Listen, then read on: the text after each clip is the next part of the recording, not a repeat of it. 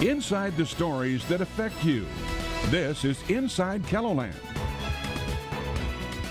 Good evening, I'm Don Jorgensen. Thanks for joining us. Every 9 minutes, someone is diagnosed with Parkinson's disease. It's a movement disorder that may have you thinking of someone with tremors or shakes a lot, but Parkinson's affects everyone differently, and at this time, there is no cure. Tonight, we're going to be sitting down with South Dakota's Parkinson Foundation to learn what they're doing to aid in the research and the fight this disease. Also tonight, Girl Scout cookies will soon be going on sale, but the program is about much more than just those seasonal sweet treats. We'll get to those topics in a minute, but first, it is the start of a new year, and soon those W-2s will be arriving in the mail. And while you could hold off until April 15th to do your taxes, it may be smarter to start working on them now. Joining us today to talk about what you can do to get ready is Tim Ness from Ness Tax and Bookkeeping Service. Welcome. Thanks for being here. Let's start with the basics. Who needs to file income tax returns? Well, any person that makes $6,000 or more or over $400 of self-employment income should file a tax return. Okay, pretty simple. My next question has to do with the new tax laws. How is it going to affect the average person here? Well, it's really hard to tell. Overall, each situation is different, but we've seen a reduction in tax rates and we've seen some additional tax credits made available. So I would expect most people would benefit from the new tax legislation. So if they got a return last year, pretty good chance they'll get another return this year and maybe even more? Yeah, very good chance that they hate to assume, but everybody's situation is different. But for the most part, it sounds like that's the case? Yes, I would say for the vast majority of people that would be the case. W-2s, when should we see our W-2s? We're getting a lot of inquiries on that now. The W-2s are supposed to be in the mail by the end of January, so people should be receiving them probably no later than the first week of February. So as we get ready for this tax season, what should we be doing, the average person, what should we be doing to make ourselves ready as we sit down with our tax preparer? Well, you want to make sure you get all your W-2s and your 1099s from the banks for interest income or dividends, things of that nature. You'd want to double check on your student loan interest information if you're repaying student loans. You want to check in with your daycare provider to see what daycare expenses you might have for your tax return. And then wait for the mortgage interest, double check on your real estate taxes, and start a list of your contributions to charity. Yeah, and this happened to me before too, where you think you have all your paperwork and you're ready to go, then something shows up in the mail afterwards. What do you do in that case? Well, if you've already filed, you have up to 3 years to do an amended return. So the thing to do with that is to bring it to our attention if we prepared your return as quickly as possible, so we can determine if that additional document benefits you or if you'll have to pay some of that refund back. Okay, all right. What else should we know about this year's tax season? Well, this year's tax season, IRS is encouraging everybody to come in and file early because of the identity theft situation. That way, at least your Social Security number gets through the system so nobody else can use that instead of you. Okay, that's been a problem in the past? It has been for the past few years. So that situation, along with some major tax laws, I think changes would help benefit folks to take a brand new look at the tax situation. Okay, and we know that April 15th is the deadline to file. Are there any exceptions along those lines? Well, the only exemption is if you get an extension by April 15th, and the extension is of time to file, not time to pay. So if you think you owe money by the 15th of April, you're supposed to send that in and then file later. If someone knows that they have to pay taxes and are worried about how to do that, are there payment options available? There are payment options available. IRS will allow you to get into an installment agreement. Okay, that sounds good. How long will it take then to get help with your taxes?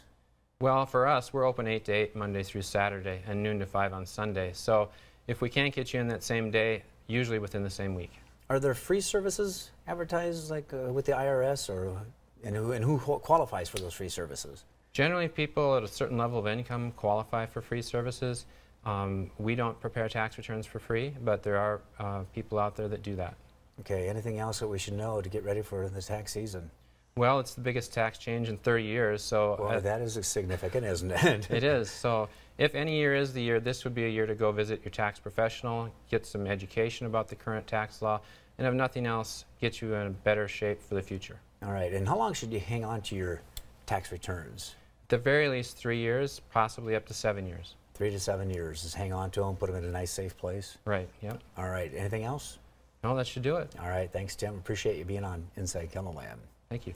We are going to take a quick break. Stay with us. Inside KELOLAND. We'll be right back. Welcome back to Inside KELOLAND. Nearly 1 million people in the United States alone have Parkinson's disease. But it's not just the patients living with the illness. Millions more family members and caregivers are in the battle with them. And while there is no cure, researchers are continually working to learn more about Parkinson's and ease the symptoms. Joining us today to talk about a few of the programs offered by South Dakota's Parkinson's Foundation is Janie Case and Paul DeYoung with Landscape Garden Centers. Welcome to both of you. Janie, let's start with you first. Talk about the overall mission. Sure. The South Dakota Parkinson Foundation, we're an independent nonprofit that covers the state of South Dakota, and so we are here to provide programs and services for not just the individual affected by Parkinson's, but we look as the family as a whole, looking at the caregiver and family members because they are such a key role. And so we want to be there as a support system for them. Talk about some of the resources that you have available. Sure. When somebody is diagnosed with Parkinson's, they come to us and we try to connect them in their community. We have 16 different support groups across the state of South Dakota that are all volunteer run. And so we try to connect them in their community so they can talk with other individuals going through a similar journey.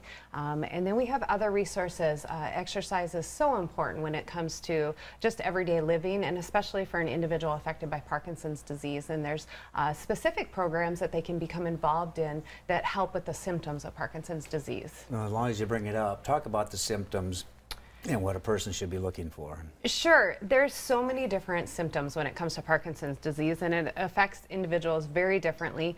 But when they look at diagnosing Parkinson's, they look at 4 of the main symptoms, which the first one that when I talk about it, people oftentimes see is the tremor. But however, not everybody experiences the tremor. So the tremor is one of them. They also look at slowness of movement, impaired balance, and then just stiffness in your muscles. So those are the 4 key ones. And they say when they consider Parkinson's disease, they say that you should be experiencing at least 2 of those symptoms. Is there any age that you should be looking, age limit? No, it really affects all ages. We do have an early young onset group. Oftentimes people are diagnosed later on in life. However, they can look back and see the symptoms that they've had for years, because there is no one test that you can do to diagnose Parkinson's disease. So you really have to look at those both non-motor and motor symptoms. Let's bring Paul into the discussion. Paul, you were diagnosed. When were you diagnosed and how did you know? Well, actually, it's an interesting story. I was officially diagnosed, I believe, between 2 and 3 years ago. I look back now over the last several years, and I was dealing with some chronic pain issues, so I was on pain medication. So my wife and I decided we'd wean me off that, which was a story all on its own. But the symptoms persisted: the falls, the slurring of speech, the slight tremors. There's a stigma associated with where when someone hears you have Parkinson's, they expect you to be walking with a cane or shaking.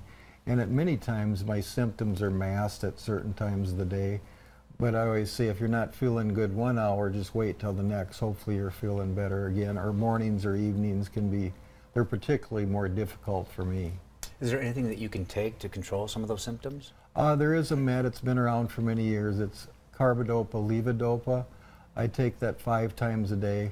The challenge with taking that is you want to 2 hours after you eat, an hour before you eat. If you take it with food, it's ineffective. So timing your diet, and you got to stay really rigid with your schedule. Okay, well right now I know you guys have a program. It's called Petals for Parkinson's. Can you kind of explain what that is and give our viewers a chance to know more about it? Yeah, it's a fun event that Paul and with Landscape Garden Centers has been partnering with us at the foundation to put together this Petals for Parkinson's. This is actually our 2nd year running this fundraiser for the foundation, and the tulip is actually the national symbol for Parkinson's disease. And so that's kind of where we base this around, because we want people to recognize the flower, the tulip. When they see that, they think of Parkinson's disease. So it's a way to raise awareness on the disease, and then also kind of just a fun event that you're spreading some springtime cheer with some tulips. So yeah, it's a fundraiser that we have launched here in January, and it will go through the next few months. We will try to sell tulip arrangements that Landscape Garden Centers and a couple other, we have Oak Ridge Nursery out in Brandon and Beetle Floral and Landscaping out in Aberdeen have partnered with us to provide these tulip arrangements so people can purchase these, and then proceeds go to support the foundation. And is it a good fundraiser for you then? It is. Last year it took off and did really well. Our goal last year was to sell 200 arrangements, and we met that goal. And so this year we have big goals. We want to sell 500 here in Sioux Falls. Aberdeen would like to sell 30, and Brandon would like to sell 20. And so again, a portion of all those proceeds go to support those programs and services within the foundation, and they all stay within South Dakota. And with the other partners now, should do quite well, I would hope. Yeah, I think so. And our hope is that we can continue to expand it across the state, you know, looking at other areas as well, and to Rapid and Pierre and try to bring us all together. And Paul, it's natural that you work for Landscape Garden Center. That's why you got involved, right? Well, exactly. And my whole adult life I've been involved in the garden center business, and I was not aware that the tulip was the Parkinson symbol. So I think we can grow this statewide, whether it be East River or West, connect some of the medical community and also garden centers across the state. So I think we can grow this beyond what we can even imagine. So, and not only the funds, of course, are important to fund some of these programs we've talked about, but really the awareness to make people aware there are support groups. Because one of the loneliest and darkest times in my life was after I was diagnosed. I thought, what is it, one thing after another with some previous other health problems. But you really want to get out in the open with that. And I think I'm somewhat well connected in the community and the surrounding areas, so hopefully I can be a small part in helping this get off the ground. Can you talk a little bit about the support network that someone needs and how important that is? Very good question, Don. The first person I reached out to is Stephanie Myers. She's a physical therapist at Avera Therapy, and she's been very instrumental in connecting me with Janie and other people in the support areas. Janie connected me with a gentleman by the name of Ray that we have coffee from time to time. So really having that network, and we got together as a group of board members at noon. It's just really, I wouldn't have chose to go down this path, but I've met some really interesting people. But main thing is stay physically active, stay very positive, and keep yourself engaged, and just look for it. Play it one day at a time. Don't look too far in the future. You're just wasting your energy. How important is exercise?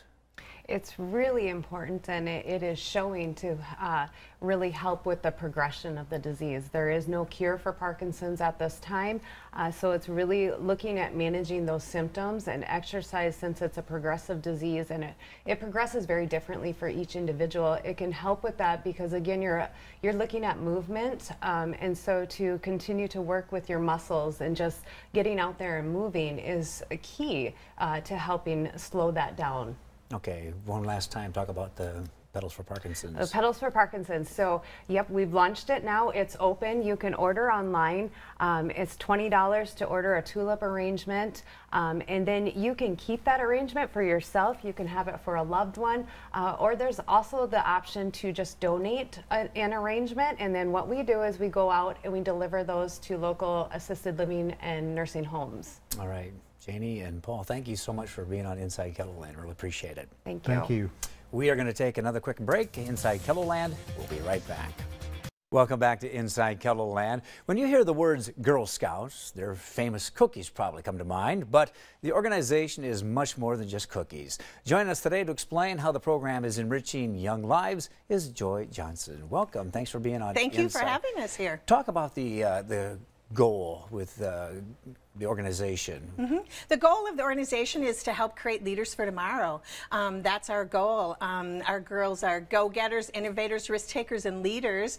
And through our program, we're teaching them entrepreneurial skills, decision-making, goal-setting, business ethics. And so through the program, we hope that they're our leaders for tomorrow. And they're the ones that are going to be our mayors and our governors and in our government. And that's our goal. Can you talk a little bit about some of the programs that you have that a girl could experience if they decide to join Girl Scouts? There's lots of different things girls can do. One of the exciting things about Girl Scouts is we talk about that it's a girl-led organization. So when the girls come together, we help them decide what they like to do and what their interests are. But they could do things in the out of doors. They can work on badges on different skills that they're interested in cybersecurity or in housekeeping, if that's something they want, or in sewing, or trekking, hiking, canoeing.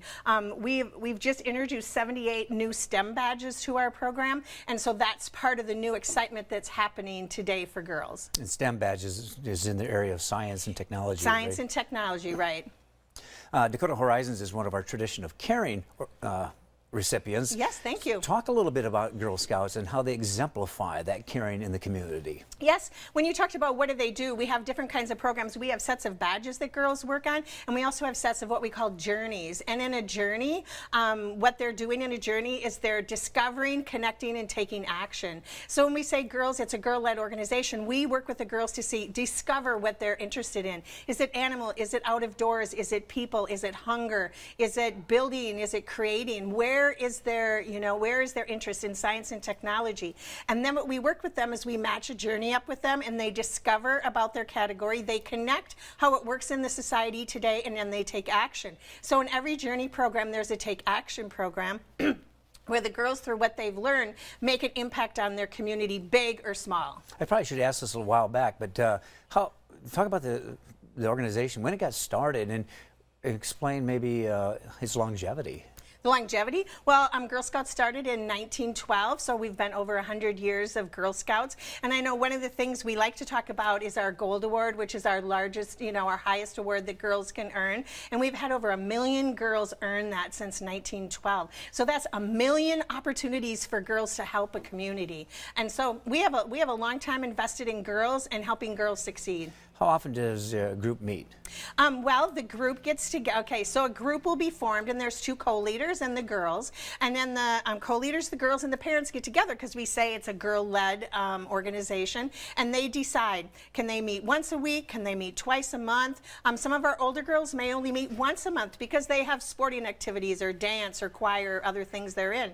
And so we work with the group to decide what's best in the time frame that they have, as well as what's all the goals they want to accomplish. We have girls that meet every week of the whole year, winter, spring, summer, fall, because they have so many goals that they want to accomplish. And what are the age groups that we're talking about here? Yes, Girl Scouts is kindergarten through high school, so kindergarten through senior, and there's levels for girls all the way through and different experiences for girls as they go through the whole program. So they get started early in kindergarten and somebody goes, does that happen a lot where Yes. they go all the way to their senior year? Yes, we do. What's the attraction then for them, you think? Well, I think what our program is built upon is it's built upon experiences in girl-led. So, for example, when we talk about daisies, they're kindergartners and first graders. And what do kindergartners and first graders do? They need to break away from their parents, right? They need to get some little gumption themselves. They need to meet new friends. And so that's that level. And so then it builds every year on that. So by the time you're a senior, you're very confident. You can talk in the community. You can make your Gold Award project. You can go out and succeed. And so it's a step-by-step process. So it's important for girls to be through the whole program because they build every year on all the successes that they've had. And do they get uniforms at a very young age as well? Yes, they have little blue tunics and vests. And yes. I bet that's exciting for them because they feel like they're a part of an organization or a part of a club of some sort. And that's one of the things about Girl Scouts, when you said, why would they want to stay through all the way, that I think is so exciting, because it's girls mentoring girls. When we do large groups activities or we do different programs, we have girls from kindergarten through 18 years old, right, through the senior year of their high school. And when the girls see the older girls and what they've accomplished and the pride of being in that organization that long, it really, I think, connects for them. And that's a big part of a girl-led, for girls-only organization. They look up to them and Yes. say, I want to be just I want like to be, her. Yes. Yeah. Are there any volunteer opportunities for people? Yes, thank you for asking. We have volunteer opportunities every day, either as co-leaders, or we do so many programs throughout Girl Scouts, and we can always have program leads. It might be a special topic. It might be in STEM. It might be in outdoor. It might be in canoeing. We can take all volunteers in those areas. If you want to help, we're willing and wanting to talk to you immediately, anytime. So you can call our 1-800 number at 1-800-666-2141. And they can connect you with any part of our organization and how you can help. Give me for instance, of some of the programs that you do. You know, be specific about a camping trip or something like that. So, like I just said now, we're introducing 78 STEM badges, and the badges were created through NASA, Leave No Trace, Palo Alto, all kinds of different fascinating science opportunities. And you know what? As a mom leading a troop, I might not have all that knowledge. So we have lots of needs in technology, especially in science, in animals, people that know things in the zoo, people that know how to camp, people who know how to canoe, kayak, people who can take girls and give them a topic in their field. So a doctor, a nurse, a lawyer, any of those things. Because you know what? We want all of our girls to grow up and succeed in those areas. So any category, we will take staff or volunteers and match them up with the programs that we have. Oh, that's good. Now, okay, I've been holding off and talking about this. Girl Scout cookies. Talk Scout cookies. Talk about them. Okay, I'll talk about them. We have 6,500 girls this year. We'll have the opportunity to be in the largest girl business, right? The largest girl business in the world is being part of the Girl Scout cookie program. It is a program.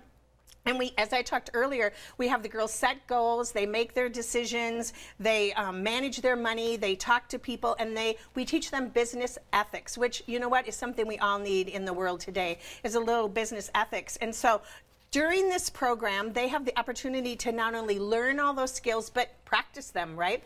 They get to go what we call in a walkabout, where they go out in the community and they meet and greet people, they talk to people, they talk about the program. We have booths in our market where girls will get together, and in a certain area they will come in and I'll do a booth together. But the newest addition we've had over the last few years is that they can create a storefront. So they can create their own storefront. Wow. And create a page on the website, on their, I should say, on their social media, and then they can reach out to customers. And that's a whole new learning opportunity, and that's the way of the future, isn't it, to create a store? Absolutely. And now quickly, if someone's interested in joining the Girl Scouts, how do they do that? They can either go, they can call our 1-800, because then that will take care of our whole council area, North and South Dakota and Minnesota and Iowa. Again, that's 1-800-666-2141, or they can go to Girl Scouts GS Dakota Horizons. Okay, thank you so much for coming on Inside KELOLAND. Thanks for having us. You bet, appreciate it. We're going to take a quick break. Stay with us. Inside KELOLAND, we'll be right back. You can find out more about today's topics online at KELOLAND.com. Just click on the Inside KELOLAND section. Join us every Sunday following the 10 o'clock news right here on KELO TV. That's all the time we have for today. Be sure to join us again next week for more on what's going on inside KELOLAND. I'm Don Jorgensen. Thanks for watching.